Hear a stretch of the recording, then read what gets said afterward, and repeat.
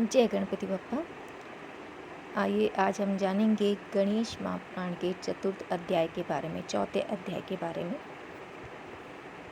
इसमें हम जानेंगे राजा भीम का उपाख्यान कथन के बारे में।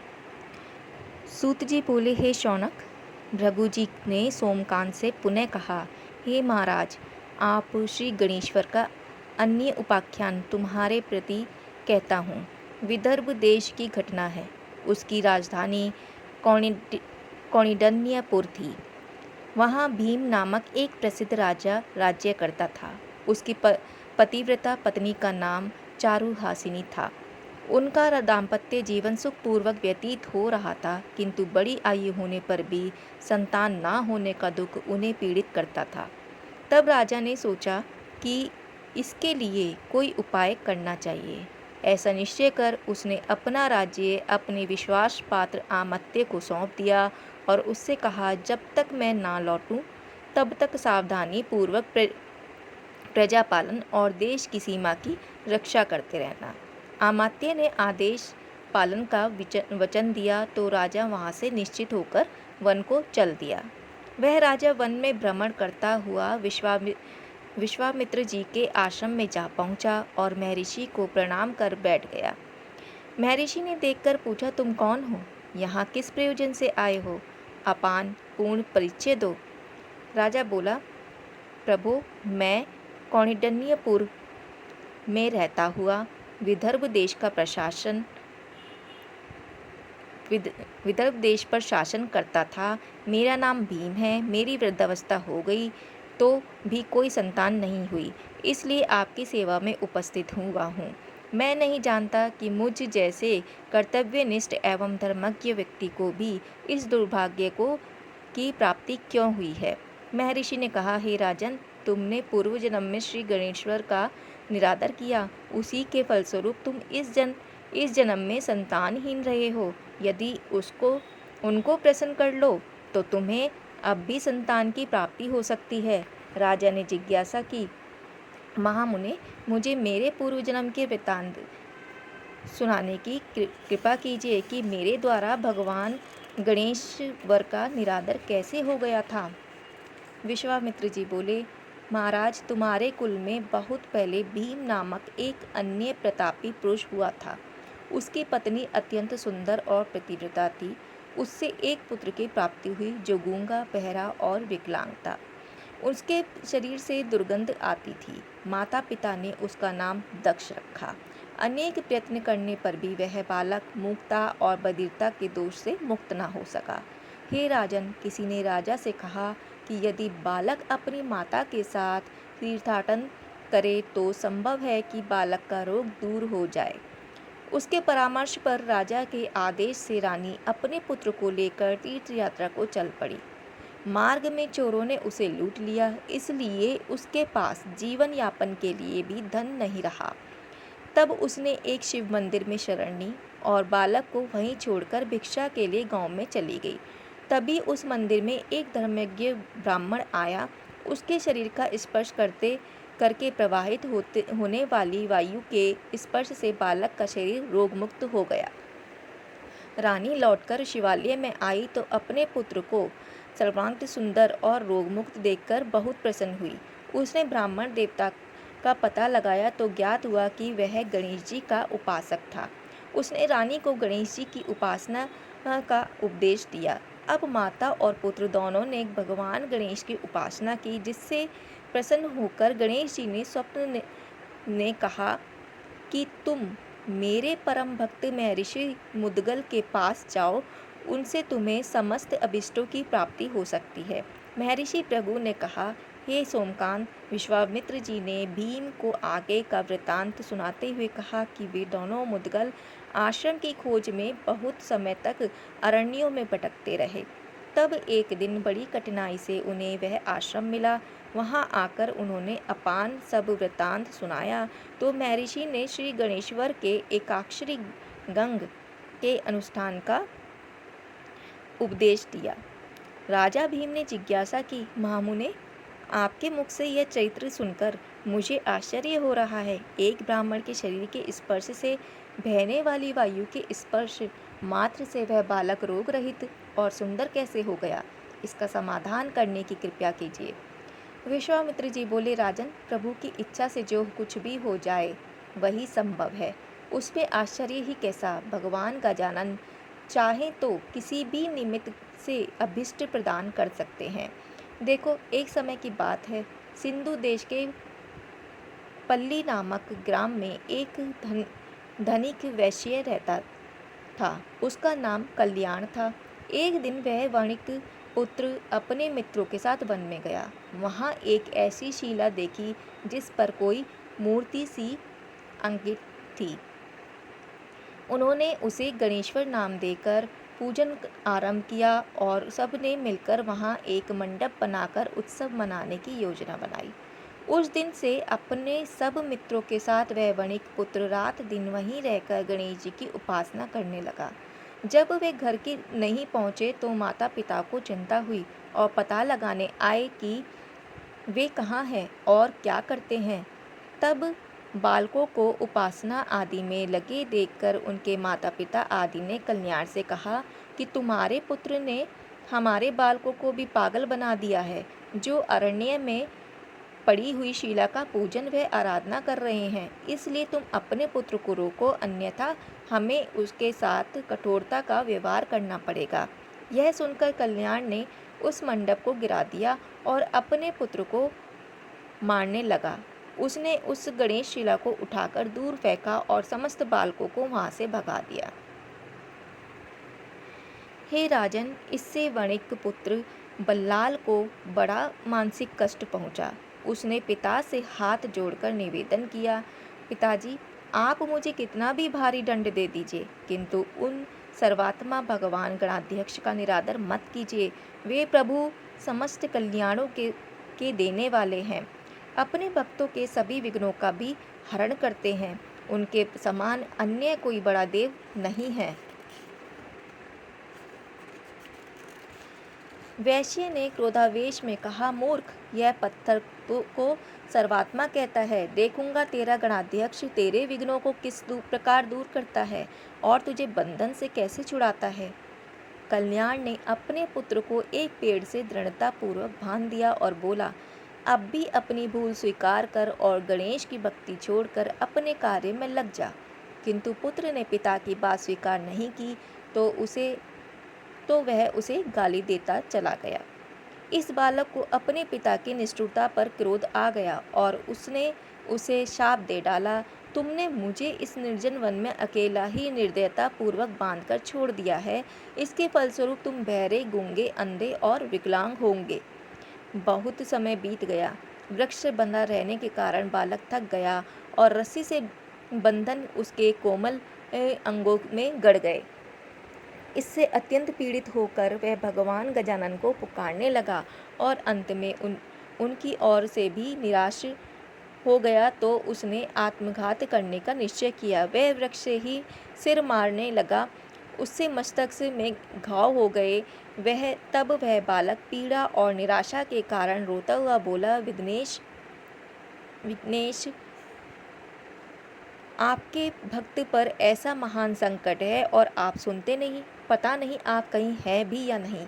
यदि हैं तो आते क्यों नहीं। तभी उसने देखा एक ब्राह्मण आ रहा है। उसने तुरंत ही बालक के बंधन खोले और सिर पर हाथ फेरते हुए बोला, वत्स, तुम्हारी पुकार सुनते ही तो यहाँ आ गया हूँ।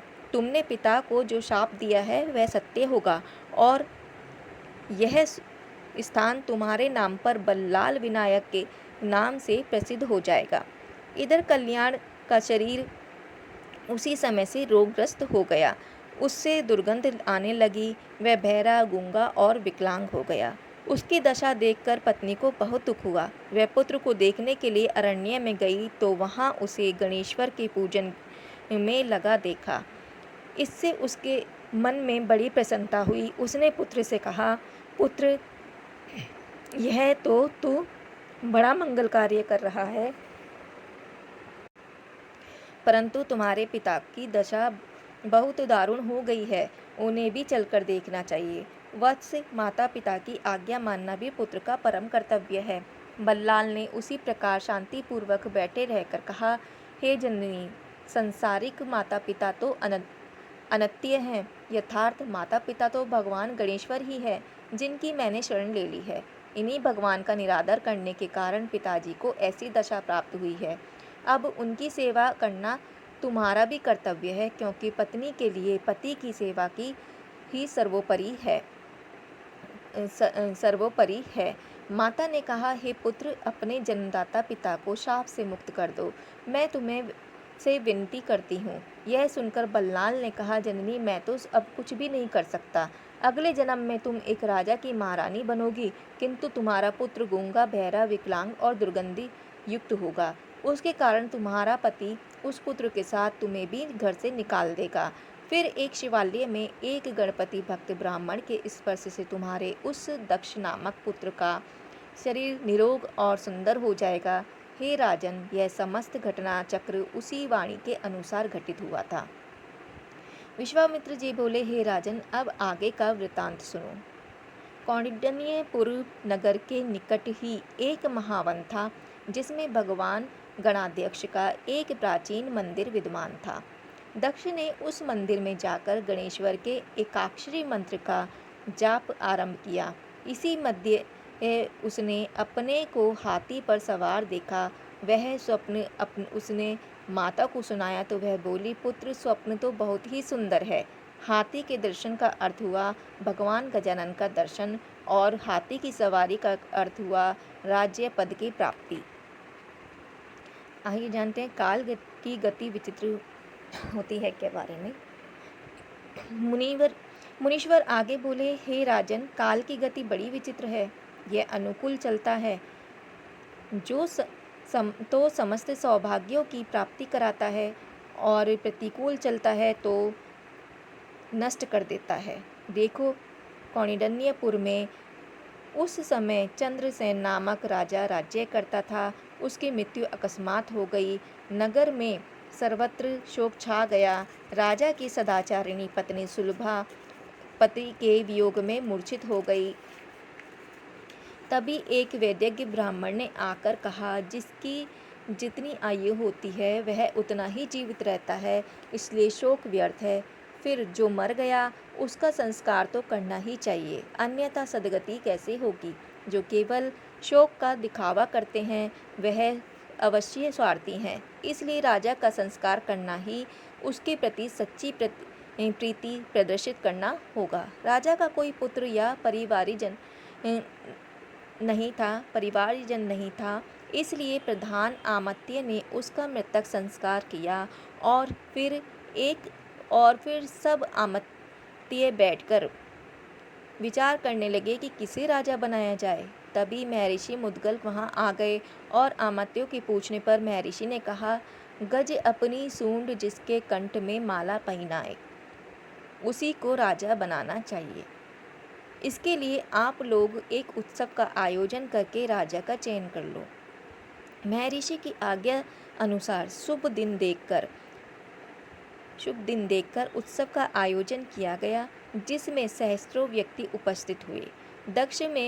दक्ष भी उसमें दर्शक के रूप में सम्मिलित हुआ। रानी ने पुष्कर नामक गजेंद्र की सूंड में एक रत्नमाला डाली और प्रार्थना की कि हे गजराज, इस माला को किसी ऐसे योग्य व्यक्ति के गले में डाल दो जो धर्मपूर्वक राज्य शासन चला सके। हाथी उस जन्म समूह के मध्य में इधर उधर सूंड हिलाता हुआ धीरे धीरे चल पड़ा। वह कभी कभी रुककर किसी विशिष्ट व्यक्ति को सूंघने लगता तो वह व्यक्ति समझता कि वह मेरे ही गले में माला डालेगा। अनेकों उत्सुक व्यक्ति हाथी के पास इसी आशा से आने लगे, किंतु हाथी सबकी ओर देखता और बहुतों को सूंघता हुआ अंत में दक्ष के पास जा पहुंचा, और उसे सूंघकर देखकर कुछ ठहरकर अंत में उसने उसी के गले में वह रत्नमाला डाल दी। दक्ष राजा हो गया। हाथी ने उसे अपनी सूंड से उठाकर ऊपर उठा लिया। सर्वत्र हर्षध्वनि और जय घोष होने लगा। वह हाथी पर चढ़ाकर ही राजभवन में लाया गया। वेदज्ञ ब्राह्मणों ने उसका विधि पूर्वक अभिषेक किया। उस समय दुंदुभी बज उठी। राजा दक्ष पर पुष्पों की वर्षा होने लगी। राजा ने सभी को यथापद विभिन्न प्रकार के उपहार और ब्राह्मणों को गवादी के दान किए। हे महाराज, दक्ष का विवाह राजा वीरसेन की पुत्री से हुआ। फिर उसके बृहदभानु नामक एक पुत्र हुआ, जिसने सुखपूर्वक उस राज्य को भोगा। बृहदभानु का पुत्र खड्गधर हुआ। खड्गधर का पुत्र सुलभ, उसका पुत्र पद्माकर, उसका पुत्र वपुदीप्त और उसका पुत्र चित्रसेन हुआ। हे राजन, उस चित्रसेन से पुत्र तुम हो। ब्रह्मा जी ने कहा, हे व्यास, विश्वामित्र जी के मुख से अपना परंपरागत वंश परिचय सुनकर राजा भीम को बड़ी प्रसन्नता हुई और उसने निवेदन किया, प्रभु, मुझ पर भी भगवान गणाध्यक्ष का अनुग्रह हो सके वैसी कृपा कीजिए। उसकी प्रार्थना सुनकर विश्वामित्र जी ने कहा, हे राजन, तुम राजा दक्ष द्वारा निर्माण कराए गए गणेश मंदिर में रहकर गणाध्यक्ष का अनुष्ठान करो तो तुम्हारे सब अभिष्ट पूर्ण हो जाएंगे। यह सुनकर राजा उन्हें प्रणाम करके अपने वंश परंपरागत से उपासकीय गणेश्वर मंदिर में जाकर उपासना करने लगा और अनुष्ठान पूर्ण करने होने पर उसको रुक्मांगद नामक पुत्र की प्राप्ति हुई। जय गणेश जी। कालांतर में पिता की आज्ञा से रुक्मांगद अपने पैतृक राज्य पद पर आसीन हुआ। यह कहकर ब्रह्मा जी चुप हो गए तो व्यास जी ने उनसे निवेदन किया, महान, फिर रुक्मांगद भी गणेश भक्त हुआ या नहीं? राजा रुक्मांगद बड़ा धार्मिक और सत्यवादी हुआ था। उसे भी एक बार बड़े संकट की प्राप्ति हुई थी, जिसकी निवृत्ति गणेश कृपा से ही हुई। आइए अब जानेंगे रुक्मांगद की संकट से निवृत्ति। व्यास जी बोले, प्रभु, उसे किस प्रकार से संकट की प्राप्ति हुई और निवृत्ति हुई, सो कहने की कृपा कीजिए। उसके विषय में जानने की मुझे बड़ी अभिलाषा है। यह सुनकर चतुरानंद ने कहना आरंभ किया, हे व्यास जी, राजा रुक्मांगद सुखपूर्वक राज्य करता था।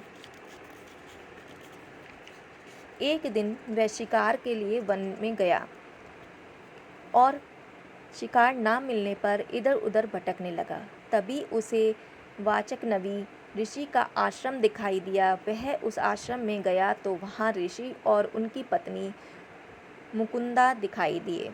उसने दोनों को प्रणाम किया और ऋषि की आज्ञा से कुटी के एक कक्ष में विश्राम करने लगे। इसी बीच ऋषि स्नानार्थ सरोवर पर चले गए। तभी ऋषि पत्नी ने राजा के पास जाकर कहा कि तुम अति सुंदर हो, मैं तुम पर मोहित हो गई हूँ, मुझे प्रसन्न करो। राजा बोला, आप पूज्य महर्षि की पत्नी हैं और मेरे लिए माता के समान हैं, अतः मैं ऐसा दुष्कर्म नहीं कर सकता।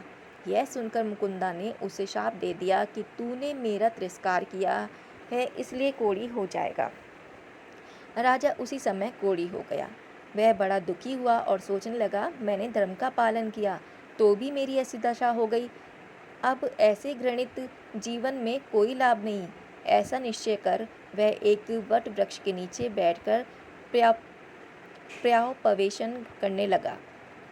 ब्रह्मा जी बोले, हे द्वैपायन, उसी अवसर पर नारद जी उस मार्ग से निकल रहे थे। उन्होंने राजा को आमरण अनशन करते देखा तो उसका कारण पूछ बैठे।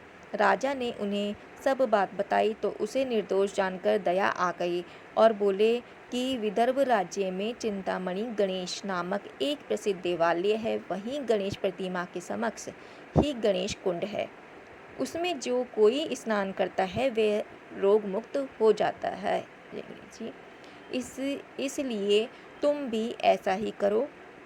राजा उनके उपदेश अनुसार चिंतामणि नगर पहुंचा और उसने गणेश जी के दर्शन कर कुंड में स्नान किया। इससे वह तुरंत ही निरोग हो गया। तब उसने वहां गणेश्वर का भक्ति भाव पूर्वक षोडशोपचार से पूजन किया और फिर ब्राह्मणों को भोजन कराकर दान दक्षिणा दी। तभी उनके पास गणेश दूत आकर बोले, राजन, भगवान गणेश्वर की आज्ञा से हम यहाँ आए हैं, तुम हमारे साथ उस विमान पर चढ़कर प्रभु की सेवा में चलो। राजा बोला, हे प्रभु, पार्षदों, मेरे माता पिता अभी जीवित हैं, मैं उन्हें छोड़कर आपके साथ कैसे चलूं? दूत बोले, तुम पुनः इस कुंड में स्नान और गणपति पूजन कर उनका पुण्य अपने माता पिता के अर्पण करो तो उन्हें भी अपने साथ ले सकते हो। राजा ने दूतों के कहे अनुसार ही पुनः स्नान पूजनादि किया और अपने माता पिता को साथ लेकर गणपति धाम को चला गया।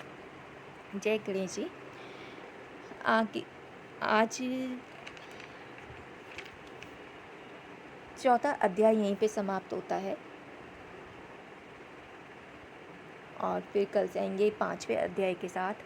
तो जय गणपति बप्पा, सब पर अपनी मेहर करें। जय गुरु जी।